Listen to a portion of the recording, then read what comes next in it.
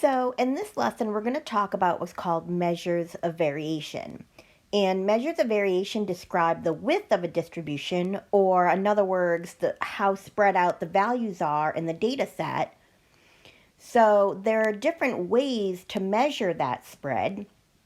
And the methods that we're going to use in this class to measure the spread are right here. These methods right here, called the range, the standard deviation, the range, rule of thumb, and the quartiles. These are all fairly common ways to measure the spread. And we're going to actually go through examples to show you how to calculate these values. So the question is, why do we need measures of variation?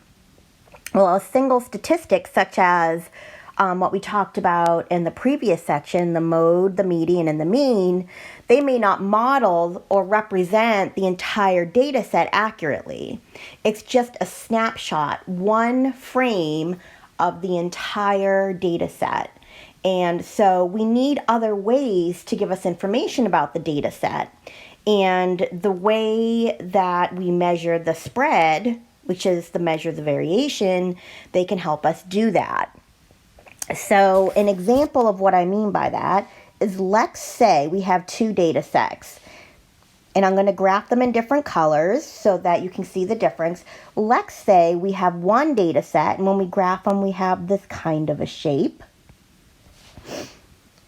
And let's say I graph another data set, and when I graph them, we get this kind of a shape.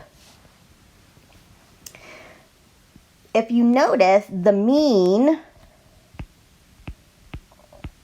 or the average value, would be the same in this data set or close to it. But look at how the data sets are spread out. If we look at the red data set, there's low variation. All of the data values are huddled close together to the mean. If we look at the blue data set, even though the mean is in the center, which is the same as the red data set, those data values are spread out a lot farther. So if I just had the mean of that data set, it wouldn't give me a full picture of what that data set looked like. Okay, so we're going to go through and discuss the range of a data set first.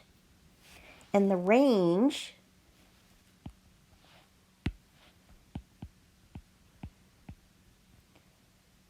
is a simple way to measure the variation. It is simply just the difference between the maximum value and the lowest value in the data set. So I would take the maximum value and subtract the minimum value. That would give me the range. Now, because it's just a simple calculation of taking the maximum minus the minimum, keep in mind that outliers will greatly affect the range. Okay, so here's our first example. We have two sets of quiz scores. Set 1 is listed here. And then we have set 2, which is listed here in blue. We're going to compute the range of the first set of quiz scores for part A of this example. So for the first set of quiz scores, the maximum value is 10 and the minimum value is 1. So when we compute the range, we're going to get the maximum minus the minimum, which is 9.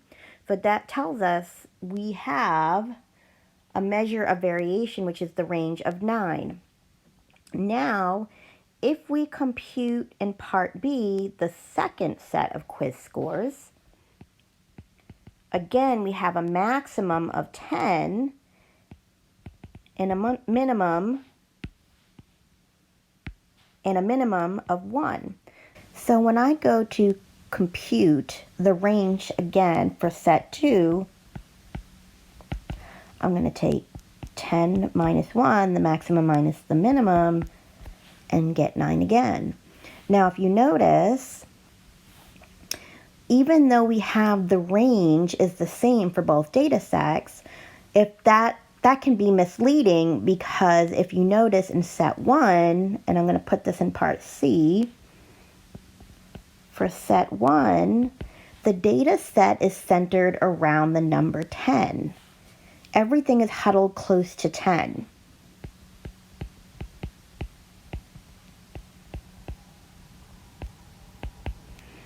In set 2, there's much more variation, even though we have a range of 9 for both data sets. For set 2, there's much more variation.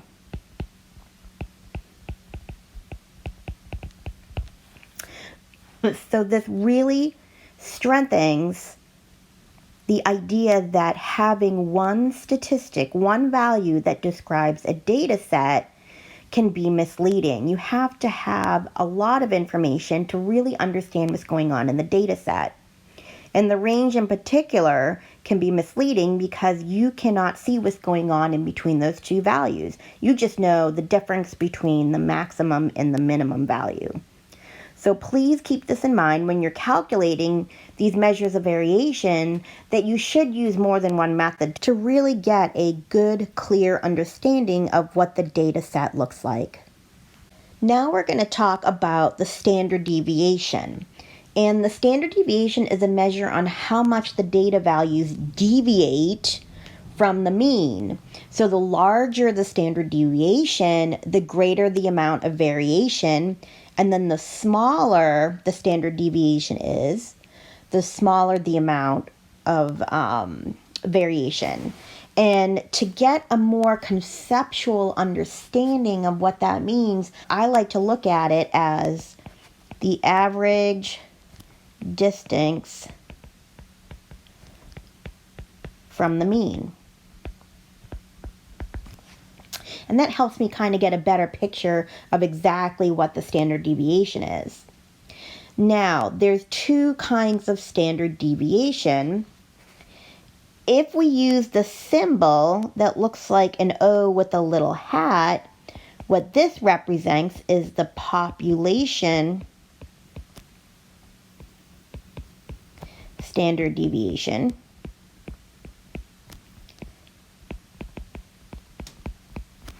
And what that means is, if I use that symbol, that means I have calculated the standard deviation for the entire population of values.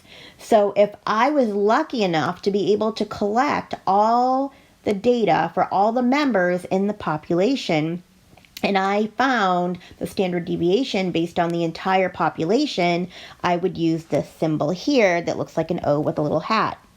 Now, if I only have a sample collected and I base my standard deviation calculations on that sample, then the symbol that we use for sample standard deviation is S, or sometimes the calculator uses S with the little X down here. This is the sample standard deviation. And I want to stress that the only difference between the population standard deviation and the sample standard deviation is, are we basing our calculations on the entire population of data values or just a sample of data values? And that is the only difference. Now, the way that we calculate a standard deviation is not difficult, but it is very tedious, and it is very easy to make an error because it is so tedious. So I'm not going to show you in this video on how to calculate the standard deviation by hand. I am, however, going to show you how to use the calculator to calculate your standard deviation. So in this example, it says, Cabela's in Sydney, Nebraska is a very large outfitter that carries a broad selection of fishing tackle. It markets its products nationwide through a catalog service. A random sample of 10 spinners from Cabela's extensive spring catalog gave the following price in dollars. So notice the key word here is it's a sample of 10 spinners. So they have a ton of spinners in this catalog, but they're only taking a sample of 10 spinners. And of the sample that they picked, these are the prices. So we have $1.69, $1.49, $3.09, etc. We are going to find the standard deviation using your calculator. Now, because this specifically says it's based on a sample and not the entire population of spinners, when we go to calculate this, we are going to find the sample standard deviation.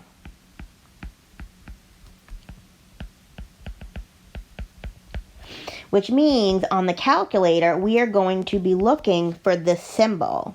Okay, so to find our sample standard deviation using the calculator, we need to put this data in our calculator. So I'm going to go to the Stat button, and I want to edit my list, so I'm going to hit Enter on Edit. Now we have our list in there from the previous example, and I want to clear out the entire list. So what I'm going to do is I'm going to use my arrow button to go up to and highlight L1, and then I'm going to hit the clear button and enter, and it will clear out my whole entire list. And then I can go ahead and enter my new values. So I'm going to put in $1.69 and hit enter.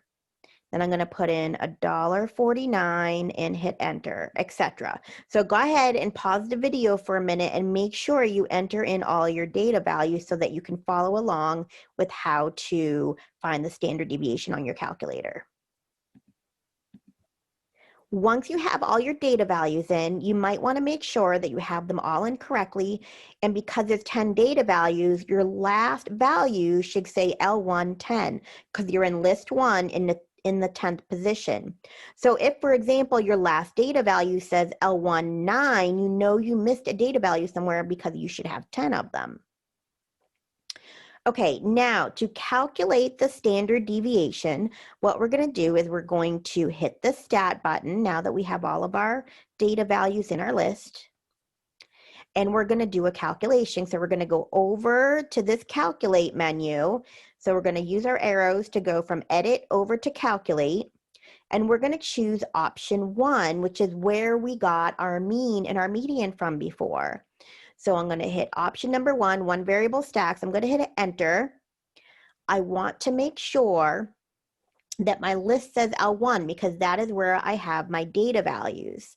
If you have the older model of the TI calculator, where when you hit the one variable stacks, it brings you back to your home screen, you just want to make sure that after the one variable stacks comes up on your home screen, you want to hit the second button and then the 1 button so that you're telling the calculator you want to perform one variable stacks on your L1 list.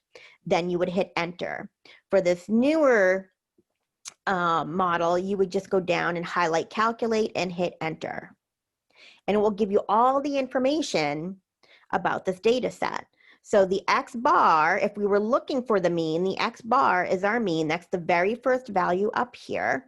If we were adding up all the values in that data set, it would come to 18.7.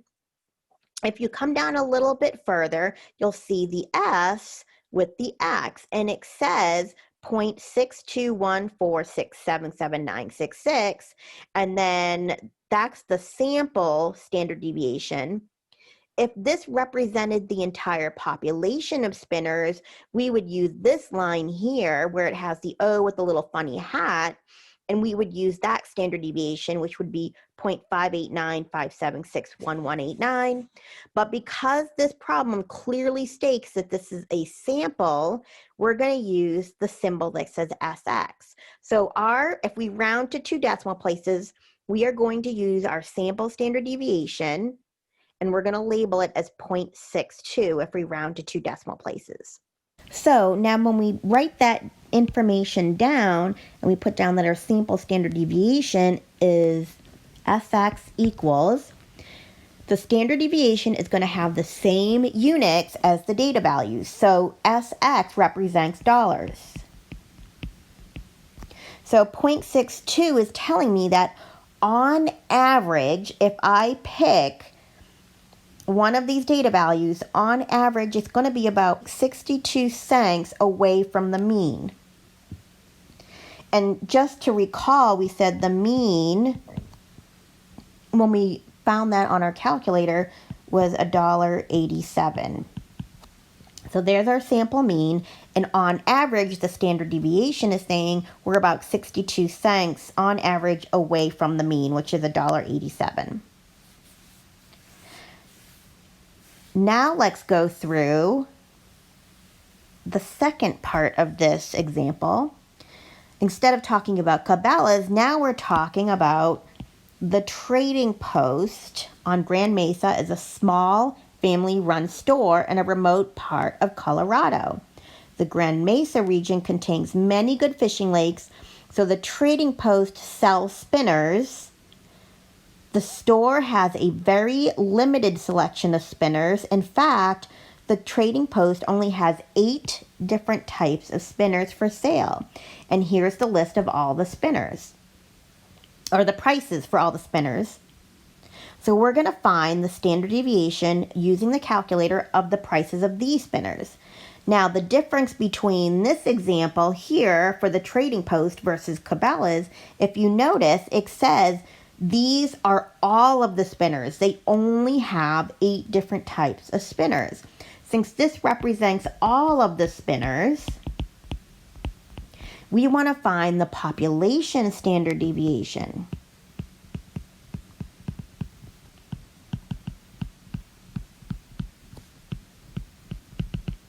Which means when we put this information on our calculator, we are going to be looking for this symbol that represents the population standard deviation for all of the spinners at the Trading Post.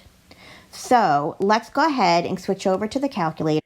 Okay, so we're going to put in our data values into our calculator so we can find the population standard deviation. So we're going to go to the stat button, and we're going to hit that stat button, and we want to edit our data. So I'm going to choose option 1 under edit. And because all we've used so far is L1, let's practice trying another list. If I wanted to save that data in list 1 because I know I'm going to use it later for something, you can go ahead and arrow over and we can use a different list so we can save the data in list 1. The only thing is we have to keep track of where we're putting our data. So when we go to make our calculations on the calculator, we want to make sure we tell it to do the one variable stacks on our list 2. Okay, so I'm going to put in all of our data values for the Trading Post, which is, there's 8 data values, so $2.10. I'm going to hit enter. I'm going to go ahead and put in all these values. Go ahead and hit the pause button so you have a chance to put these in as well. And when you're ready, just unpause the video. Now notice, I know I'm supposed to have 8 data values, and my last entry says I'm in list 2 on the 8th spot. So I know I didn't miss any values.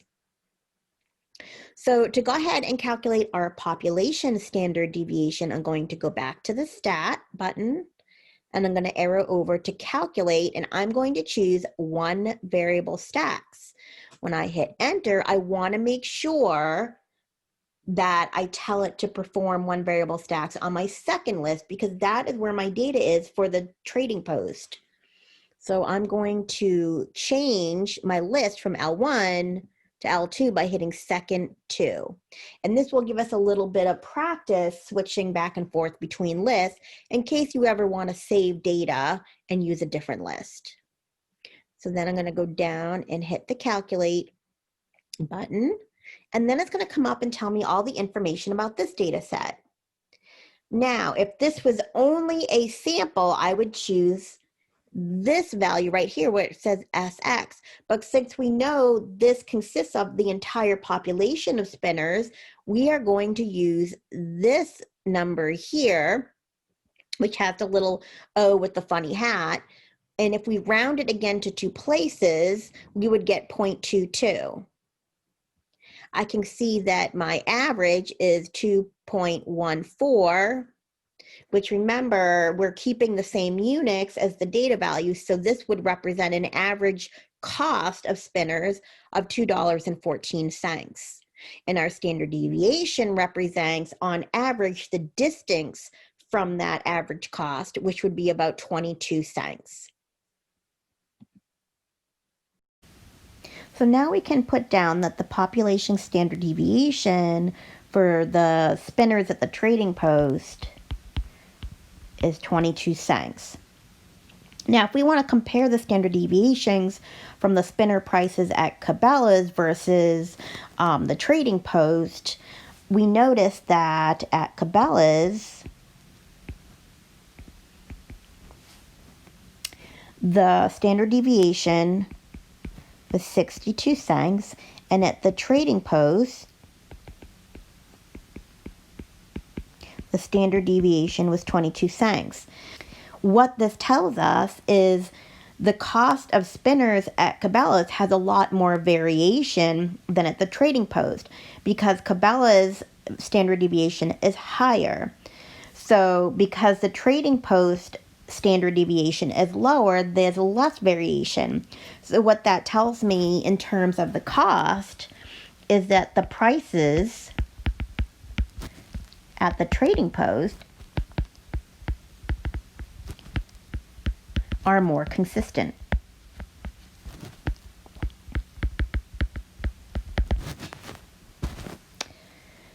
Okay, now let's go on to talk about what's called the range rule of thumb. The range rule of thumb is a way to do a quick approximation of the standard deviation.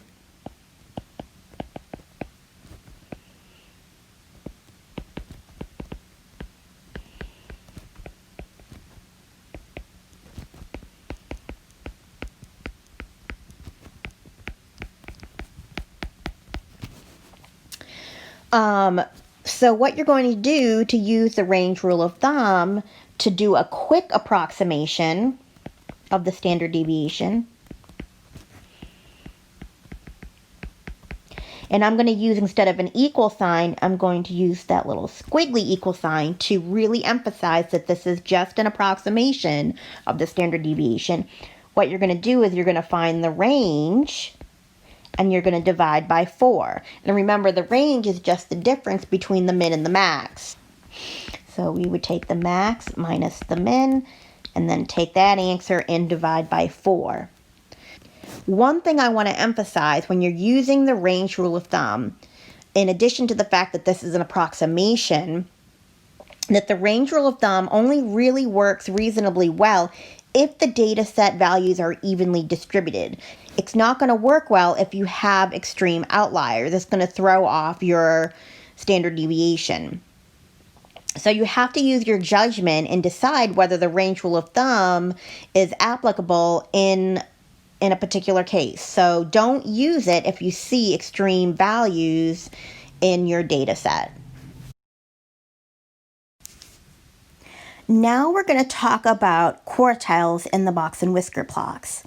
And so the reason why we talk about quartiles is because it's a better way to describe the variation in addition to the minimum and the maximum value. These quartiles are like intermediate values between the minimum and the maximum value that will give us more information about the spread of the data.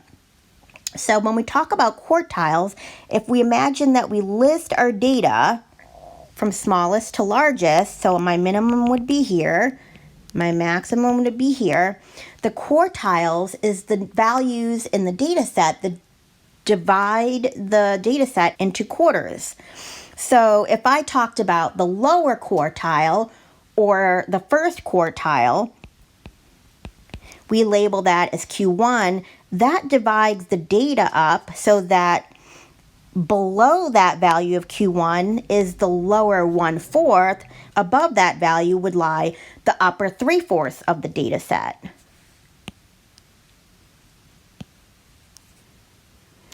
Now, if we talk about the second quartile, which is also known as the median. That splits the data set into 50% on each side. So the upper 50% would be on the right-hand side, and the lower 50% would be to the left.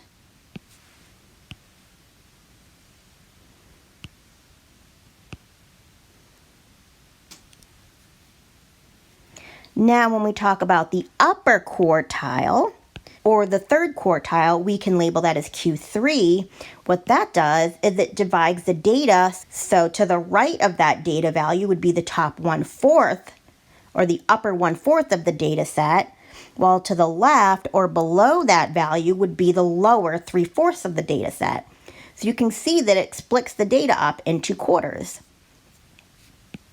Now, when we talk about the 5-number summary, all we're doing is we're listing these 5 values. So if you were asked to list the 5-number summary, you would list the minimum value of the data set, your Q1, which is your lower quartile or your first quartile. Then you would list your Q2 or your median. You would also list your Q3, which is also known as your upper quartile or the third quartile. And then finally, you would list your maximum value. So again, the benefit to having the quartiles is it gives you some intermediate values to look at other than just the min and the max. Because before we talked about how when we just look at the min and the max and we look at the range of values, we don't see what's happening in between. Well, these values tells us what's happening in between. So what I'm going to do next is we're going to hop on over to the calculator and we're going to use these data values, which represents the cost of ice cream bars in dollars, and I'm going to show you how to calculate the quartiles in the 5-number summary. Okay, so let's go ahead and put in these data values for the cost of ice cream bars. So we're going to go to the Stat button and then choose option 1 on edit so that we can pull up our list. I already have my values entered in, but you're going to want to go ahead and enter your values in. Pause the video while you do that. If you need a refresher on how to clear out a list, you want to go up to L1 using your arrow buttons, highlight it, and then hit the clear button and the enter button, and that will clear out the entire list and you can start entering your data values. So go ahead, pause the video and enter your values. Now that we have the values entered, to find the 5-number summary and the quartiles, what you're going to do is go to the Stat button. And again, we're going to arrow over to the Calculate option and choose one variable stacks. Because my data is entered in my list 1, I want to make sure that my list says list 1. If you entered your data in a different list, make sure that it matches the information that you're putting in on your calculator. So once you have the list in there of what you're using, I'm going to go down and hit enter on calculate.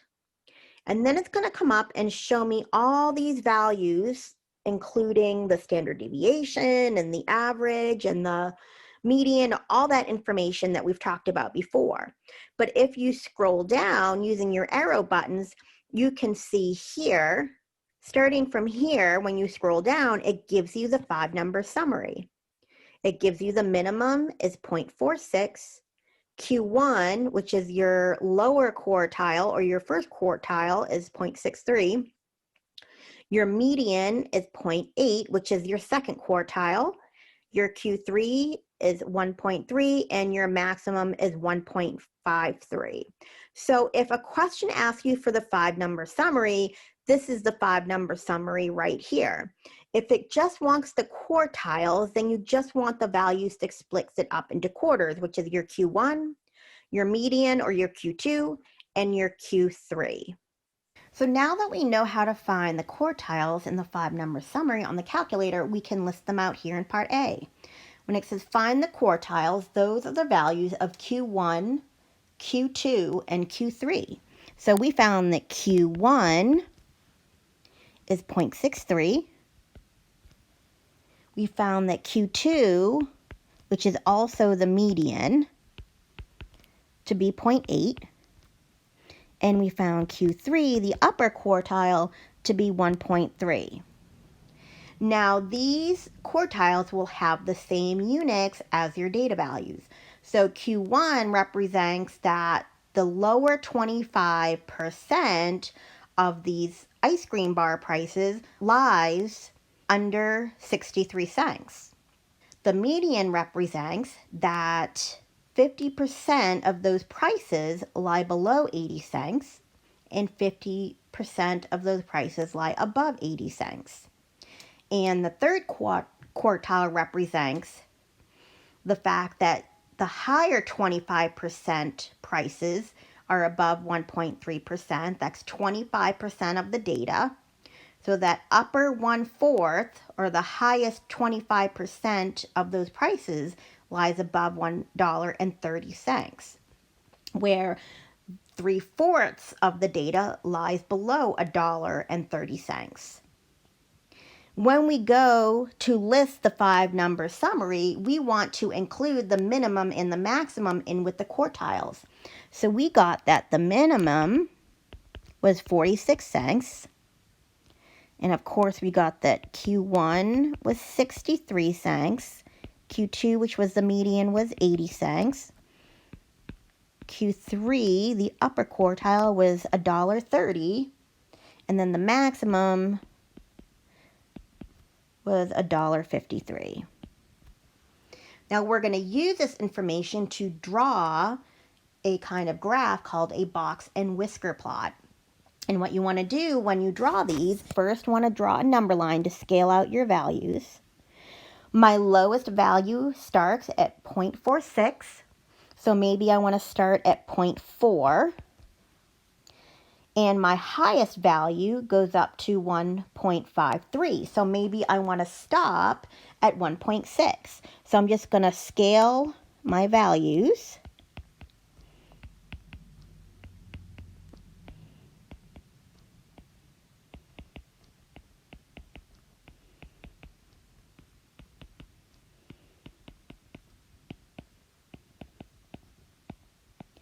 So that it includes all of these values from the minimum to the maximum.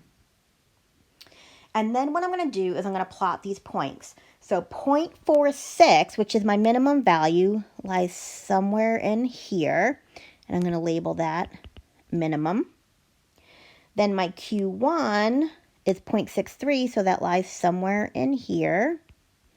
I'm going to label that Q3. Then Q2 is 0.8, so I'm going to label that Q2 or your median. Q3 is 1.3, so that falls here. And then my maximum is 1.53, so somewhere about right here. Then what I'm going to do is I'm going to draw a box so that it includes my data from that should be a Q1. I'm going to draw a box so that I include my data from Q1 to Q3. I'm going to draw a line down the middle to represent Q2, which is the median. And then I'm going to draw a line that comes out to my max and my min. And what this does is it shows my quartiles. It shows how the data is split up into 25%. So what this means is 25% of my data lies between the minimum and Q1. 25% of my data lies between Q1 and Q2.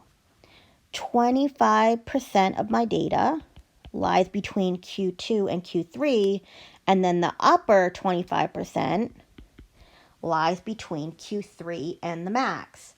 Now, the reason why we put a box around the middle from Q1 to Q3, because this represents, and I'll highlight it in red, what's known as the interquartile range,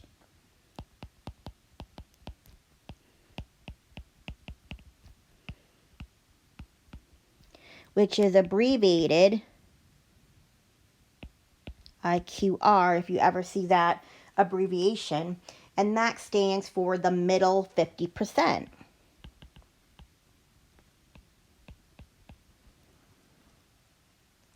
And a lot of times you can get information from that middle 50% and have an idea of what that data looks like rather than just looking at just the min and just the max.